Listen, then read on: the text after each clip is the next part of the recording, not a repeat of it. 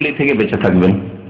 তবে যদি আপনি এরকম অনুষ্ঠান মানে কবিতার অনুষ্ঠান আপনি করেন আর তাতে একজন কবিতা পাঠ করছে আর একজন পাঠ করছে প্রতিযোগিতা, কবিতার প্রতিযোগিতায়, তাহলে ভালো কথা, যদি গঠনমূলক কবিতা হয় আর তাতে কিছু হাসিও আসলো, হাসি আসলে কোনো দোষ নেই, হাসির রসিকতা হলে, কিন্তু যাতে করে তাতে অশ্লীলতা না আসে, শিরক না আসে, ইত্যাদি ইত্যাদি। এইসব শর্তগুলি মনে রাখলে আশা করি বুঝতে পারবেন বিষয়টি। জি। খাজা বাবার নামে, খাজা বাবার নামে, খাজা বাবা যারা বলে তারাই তো শিরকি আকীদা রাখে। খাজা বাবার নামে আবার কাওয়ালি কিসের?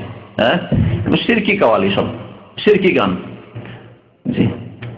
এক গানে বলছে, আরে এই নাদান, আমি এক ক্যাসেটে শুনছি, পাকিস্তান থেকে এসেছে, আরে এই নাদান ইহা মিলতা হে বে মাঙ্গে, মানে হয়তো বুঝতে পারলাম না, বলছে আরে বেকুব, তুই নবীর কাছে চাইস না, নবীর কাছে এসে না চাইলেও পাওয়া যায় রওজা মুবারকে। তাহলে এগুলি গান না মুশরিকি কথা? হিন্দুদের কথা এগুলি। হরে রাম হরে কৃষ্ণ যেমন তেমনই ইহা মিলতা হে বে মাঙ্গে, চাইও পাওয়া যাবে না, না চেয়েও পাওয়া যাবে না। নবীর কাছে কি পাওয়া যাবে ওখানে? হ্যাঁ, আল্লাহর কাছে পাওয়া যাবে ইনশাআল্লাহ।